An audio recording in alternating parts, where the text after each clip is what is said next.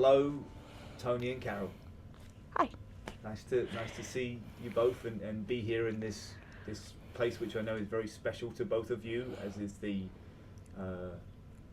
experience behind it all, which is of course diving and being underwater and being in that freedom and in that stillness and that space.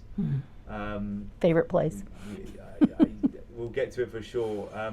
But one thing we were just talking about essentially was people learning from experience and the importance of that, and specifically with diving, right? And those kind of things. Carol, do you want to start? You can elaborate a little bit on that? So much information. But the first thing is, it is an experience like no other. It's quiet and noisy at the same time, which sounds backwards and weird, but you hear your heartbeat as a constant. It's like if you lay back in the tub filled with water so that your ears are underwater, you hear everything in the house, but yet it's still kind of quiet. There's a peaceful calm about the water that the water brings to you. And understanding that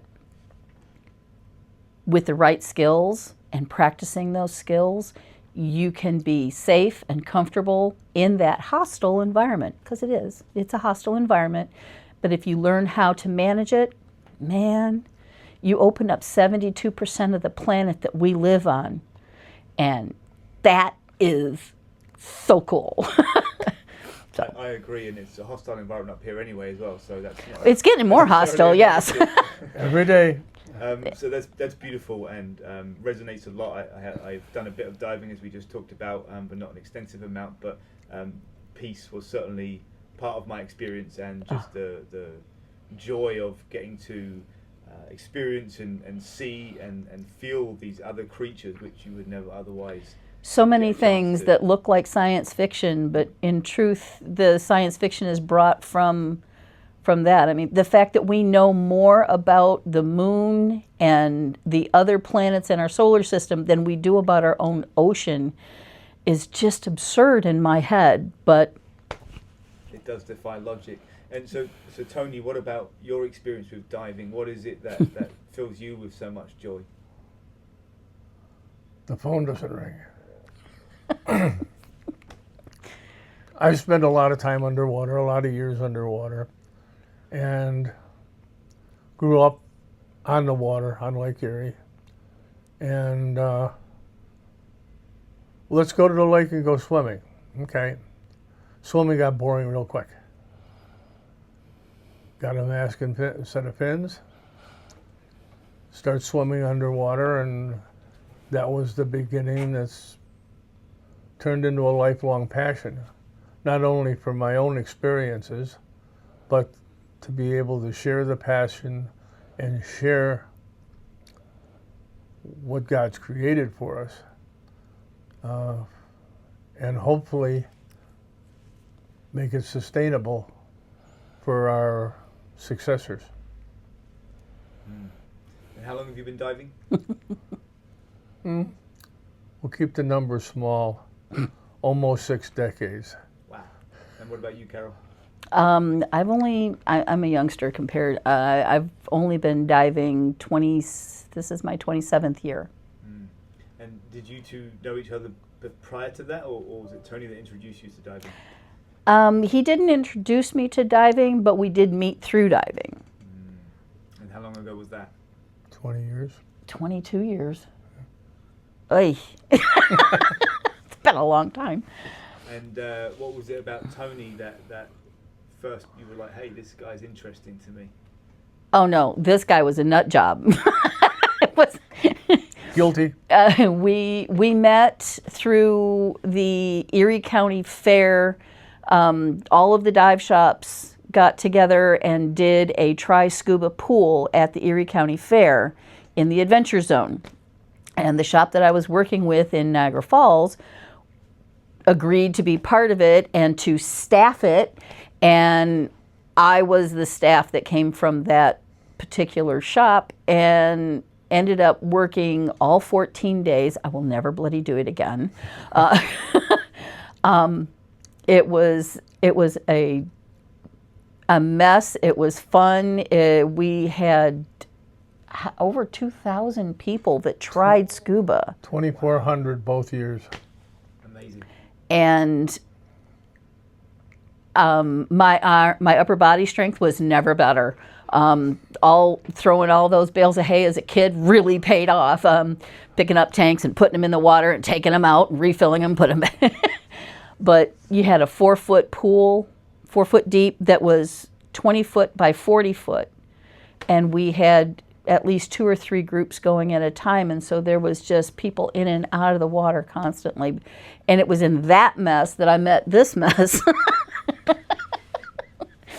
I was the ringmaster. Yeah, he started it. He was the one that originally signed the contract with the DEMA. Diving Equipment and Marketing Association. Yeah, thank you. It's a worldwide organization. And they were promoting scuba through this pool that traveled the country. And so how did you guys connect though? What was it? Like you just meet at that point and then you kind of got together later, or it was Met right him, away? worked with him for 2 weeks, and then he needed a dive master on a boat, and I said, all right. And yeah, it just kind of went from there. When you asked her to be the dive master on the boat, were you already interested in her? I was interested in getting a dive master for the boat at that point. Okay. I had a dive store, had a charter boat, and needed some assistance to keep people safe on the boat. So a friend of hers that also worked for the other shop came over, and we had extra space. And I asked Carol to come along with, just to see what diving on Lake Erie was like, because she spent most of her time diving in the Niagara River. Love diving in the river. And we're more in it for sharing the passion and making good divers for posterity. And it makes us a little different. And she figured out I was different way back then. So that was it. You saw he was thinking about it in a way that resonated with you. Yeah, he didn't have the same point of view that everybody else, literally everybody else in Western New York, how they viewed diving. It was very different. So what was that way? How did other people look at it? A lot of the people when I started out, a lot of the people in Western New York were, "Hi, how much money do you have? We'll take you diving." And I'm like, okay. I come from a family that education is a big deal, and not traditional go to school, get a degree education, but hands-on, learn about it, get dirty, figure it out, and blue collar. So that's what I did. I just went and helped out, and a lot of people were just in it for the money. They did not have any excitement. They really didn't care past that. As they clocked in and they clocked out. It was a job. And I didn't see diving at that point as clock in, clock out. It was because it's in my head, it's everywhere. I just really enjoy the fact that we can dive shipwrecks in Lake Erie. We can do drift dives that are world class in the Niagara River. We have treasure hunting. We go anchor hunting. There is actually a lot of really cool stuff that has been dropped on the bottom from the history that we have out in the Niagara River and in Lake Erie from it being the primary waterway for the last, 300 years. There's just weird stuff that gets dropped. Modern stuff, old stuff, all the way through. And you never know what you're going to find on a drift dive in the Niagara River. You could find a hat, you could find somebody's burgee from their boat, their flag. You could find their Bicycle. their what? A bicycle. A bicycle. Found a bicycle, operating bicycle, rode it underwater in the current. That was hysterical. You could find keys, wallets. Oh yeah, all the sunglasses y'all drop, we see them. The beer bottles you pitch over, yeah, we find those. Try to bring them out and clean up after y'all. But yeah, the pot pipes and the bongs are probably the funniest. It's like, oh, Coasties were here. Yeah, straight over the side, no doubt. So it feels to me then like it's a spiritual connection to diving and to being in that space and that environment, and that's what was lacking from Yes. those folks more focused on the money. Definitely. That real connection to it. Yeah, we have not been the dollar focused that some of the others have been. Well, I can Maybe should have been, but weren't. I can confirm that's the energy I get from you both and from Tony when you speak about it. It's always with heart and a genuine sense of wonder, which is we need more of in the world. And so let me ask you, Tony, I imagine you've helped a lot of people through a lot of stuff, through diving over the years. Are there any people or stories that kind of jump out to you that really benefited from the experience of being underwater? Well, you've seen a picture of that one shipwreck.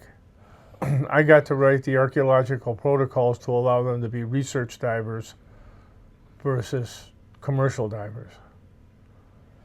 Qualifications being I'm also a licensed professional engineer. But the idea is when we work with people with disabilities, which is something that we have a passion for, veterans with PTSD. We had one session with the Wounded Warrior Project.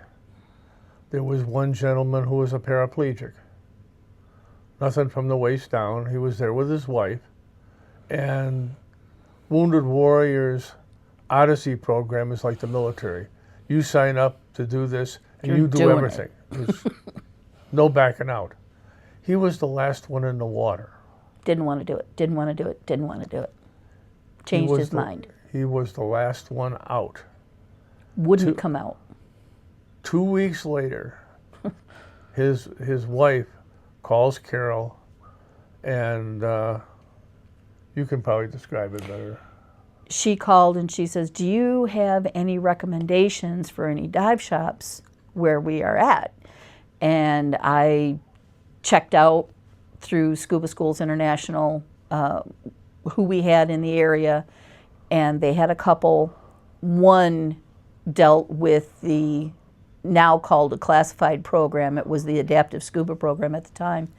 And so I got those folks connected together, and she said, I don't know what it was, but my husband doesn't talk about his injury. My husband doesn't talk about his situation. He deals with it every day because he doesn't have a choice. After we got out of the pool, the man has not shut up. He is excited by it. He is impressed that for the first time since his injury, he didn't have any pain. The water allowed his spine to decompress, and he had a great time.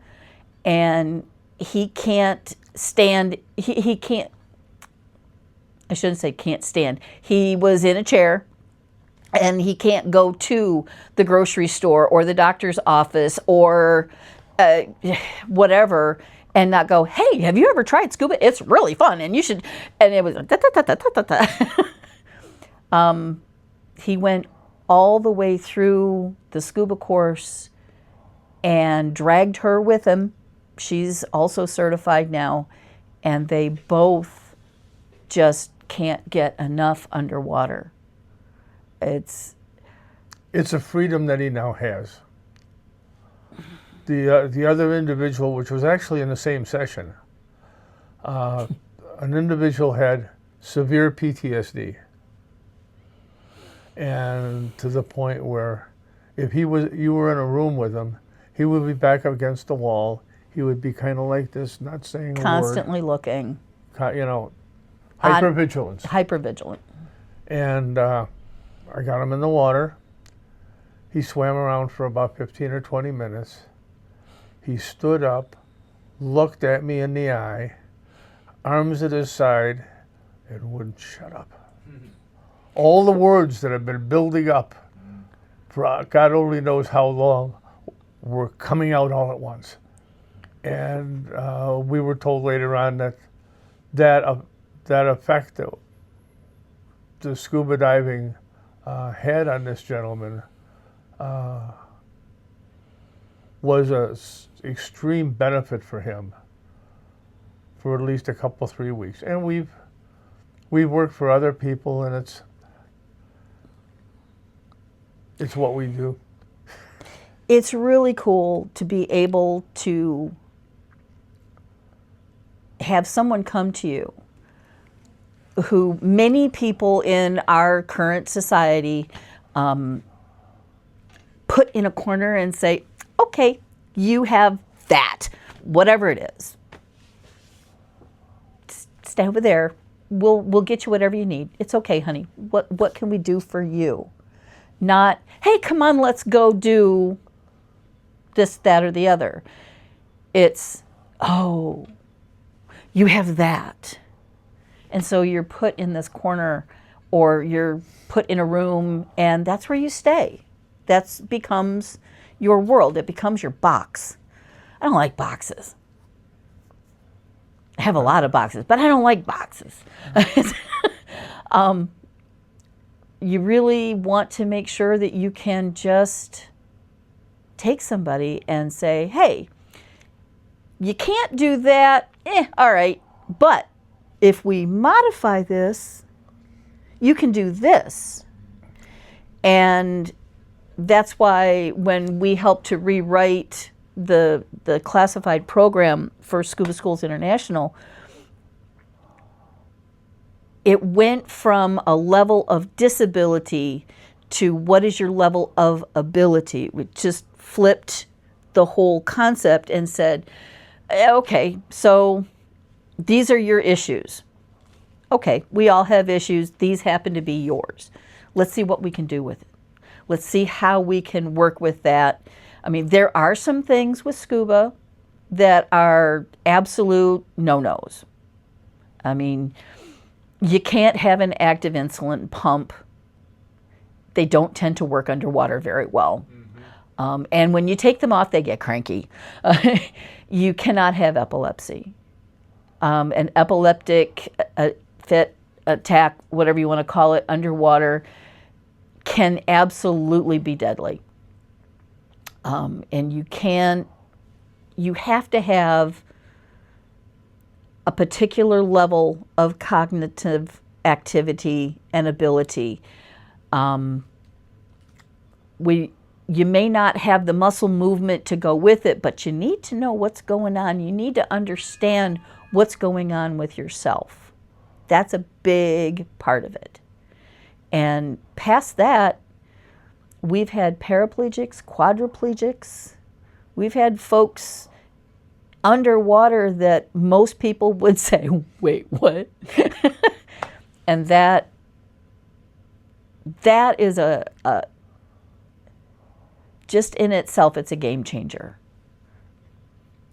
Sounds like it. Really. Yeah. You don't. I wasn't allowed to serve. Oops, sorry. I have my own issues, but wasn't allowed to serve. But we do get to help those who did serve and maybe came back different than when they left. Certainly would have come back different. I mean, people are different from one day to the next. Well, sure, but like that, so physically different, yeah. not just experience different. Obviously, your mental state is going to adjust as you go through and you acquire your experiences, which this is all about. Sure, there's that, but you may have been in a car accident or a motorcycle accident. You may have been like one of our other friends who dove, he was down in the islands, he dove into a wave and hit a rock, crushed his cervical vertebra, never walked again. One of the happiest times he ever had was literally standing in the shallow end of the pool with his arms like this on the side of the pool. First time in 16 years he stood. I'm like, okay, hey, let's go. He's like, I just want to stay here for a minute. I've never been able to stand by myself in the last 16 years. I've always had help. Yeah. And it's things like that you don't even conceive of, and sure thing, it's a life changer for them. When you have both been sharing these things, it makes me think of a couple of things. One is psychedelics and the experience that people have on psychedelics and the after effects of that, and also just mindfulness in general, and yes, stillness and peace, and then the third big piece, of course, is nature, right? Which we haven't even really been specifically talking about in this conversation, but of course, that's what you're experiencing down there, is this abundance of surprising alien nature that you just never experience any other way, and the combination of those three in diving is just, I guess I've just never thought about it like that it really grabs so many of these elements, and to hear these stories, which are not surprising, of people really getting so much out of it that it can be life-changing. As I mentioned before, one of my best friends is an avid diver, and it's like, it's his happy place. It's the place he goes to reconnect. That's what happens. Himself. Yeah, and that's so actually, let me jump on that. So I'm a big yogi. I love to do yoga, and one of the greatest things about yoga is I'm able to get into my mind, body, and spirit all at once. And I feel like diving would very much be the same. Would you say that for yourself, Tony? Oh yeah. For as long as I've been diving, every dive is a new experience. You learn something. If you stop learning, you stop living. Let's face it. And what has happened over the years is, because of the 20 years we've been doing folks with disabilities, it's also helped reinforce the way we go about teaching a dive program to the scouts, or team building, or couples going on their honeymoon and want something to do with their clothes on, or most of them anyway. Anyway, I'm not politically correct. But the thing is this is what makes it rewarding. Yes, we sell equipment. You need to sell equipment to keep the doors open. But it shouldn't be the primary reason why you're in this business. The primary reason is to support nature, to support developing this passion in people. Because once you go underwater, whether it's the ocean, whether it's Lake Erie, the Niagara River, or a mud puddle at a campground, you can see how badly people have screwed stuff up. And most all of these people think that they can help, bringing up beer bottles out of the Niagara River, or bringing up a bottle of Booze Light whiskey from the 20s. We've got one up front. That's amazing. But you become a steward. You become a steward of Mother Nature. You don't have to like her antics with the snow and the other stuff, but you do acquire a different perspective and respect. Mother Nature's my favorite of all. She's a quirky little broad. Yeah. Depending on how you look at it, it can be an adventure or it can be a problem, right? When you talk about the snow. And it's how you work with it, because it doesn't matter what you do. You will work with it, or she will just do whatever she was going to do anyway. So I'm going to ask you, as we near the end here, I'm going to ask you both the same question, but I'll start with you, Carol. Like, what has diving taught you about yourself? I am able to do things I didn't think I was able to do. I didn't think I'd ever be able to dive past 150 feet. but I can and I have. Didn't think I could deal with a lot of issues that other people bring, and the water, working with people in the water, it changed that for me. People tell me I'm not a very patient person, and I'm like, hang around a minute, you'll see just how patient I actually am. But impulsive behavior goes out the window because you have to be very metered, you have to be very aware, and I'm at a loss for words. It just,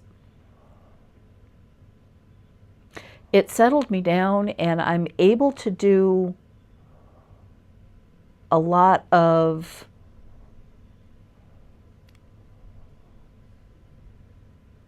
God, I'm really lost. But it really did settle me down and allowed me to focus. Brought you into yourself, into the center of yourself, and Yeah, you do. And at the same time, you become so hyper aware of everything around you, whether you're in the ocean or the lake or the pool, it doesn't matter. And, you know, depending on how aware you become, you may or may not want to go into the professional end where you're really aware of everybody. But it just allows you to have that inner peace and regenerative. Water just does that for me. I just go sit on the bottom, blow bubbles, and it's just, oh, it's better than anything. Thank you for sharing that. That's wonderful. What about you, Tony? What have you learned about yourself through diving? It's great therapy. That's a good word. Yeah. I went to college like a good boy in the 60s and got a degree in engineering, got a license, went to work in industry, but I also developed both the recreational and professional side of diving at the same time. And what it's allowed me to do over the years is create balance in my life. You've got the one side, which is the engineering and responsible to either the chemical company you work for or the engineering firm you work for, but also have the other side where you're sharing a passion, enjoying that passion, and having the opportunity to go and relax all over the world. Because everybody says, well, we're going to go to the Caribbean, go to the islands. Okay, the island's this big. The world around it is this big. And we get to see everything that you can't.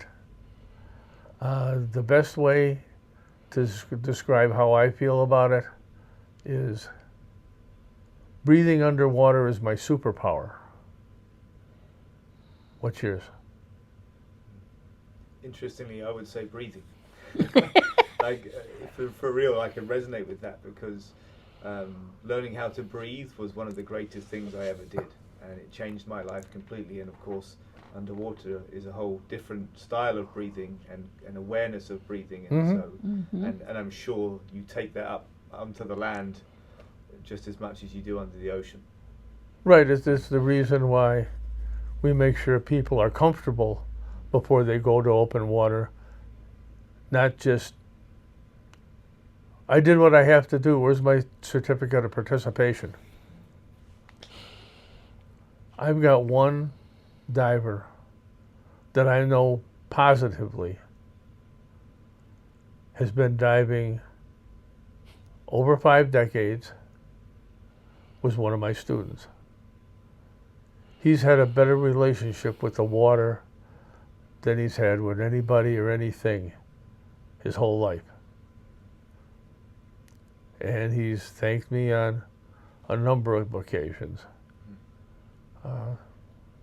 5 decades is a long time, and It changed his life. to give someone that gift, especially at an earlier age in their life, is just really magical, right? Because most of us spend our life looking for that passion, and to discover it at such a time where you can really embrace it and practice it and grow it is just what a gift. So I'm sure there's many people that you two have equally gifted that to, and so congratulations to you, and thank you on behalf of all of those people, because it's there's a service here, but that service is nature, and that's just so magical, because there's not many things that help people in that way that involve nature in such a fundamental fashion. So diving is really special in that way, because, as I say, it offers elements of the psychedelic, of the therapy, of meditation, of mindfulness, but that nature element of it, like the fundamental core, is just so magical. We could talk about that for days on end, no doubt. The new thing out is grounding. Way to get grounded, scuba. You're immersed, literally. You don't have to just walk on it, man. It is everywhere around you. Yeah, I love that. Well, it's a great place for me to finish my questions. If you want to, before we finish, if you have any questions for me, or if you want to share anything that you didn't get a chance to, you'd like to. If you've thought about it and you've never tried scuba, you should. We work with folks in 3.5 feet of water. If you don't like something, you're uncomfortable with something, stand up. But if it's something you've wanted to do, try it. It may lead to something like finishing a certification. For scuba, it may not. It may be, yeah, I don't like that, I'm out. Oh. And that's cool too. People are very visceral when they get into the water. They either really are loving it, or it's get me out of here now. And that's okay. Knowing that is a big deal. But if you don't try it, you will never know. I will concur with that, and just encourage people to try it also. And that, as you say, you don't try it, you'll never know. But if there's a curiosity about it, this is a curiosity that I would encourage anyone to go down, because it can just offer so much. Tony, anything you want to share? Yes, in a fashion, because we do recreational diving. We do diving for folks with disabilities.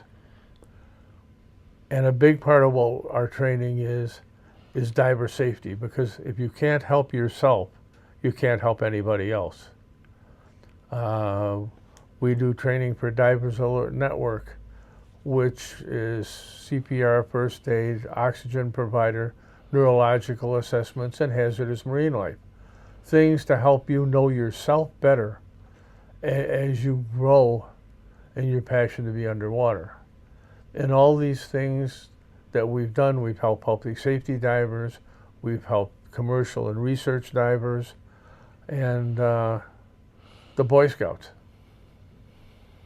For 5 years now, we've been able to go across New York State to teach at a camp, because they needed somebody to do what we do. And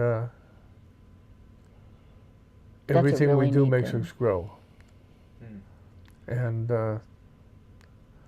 that's kind of the part of the whole thing. Like, you know, every time I go underwater, I learn something. Sometimes I learn on the way in or on the way out of the water. But it's a passion that stokes the fire to keep us going. Well, what a beautiful place to finish. Thank you both so much for taking the time today. It's been so nice to get to know you Thank better. you.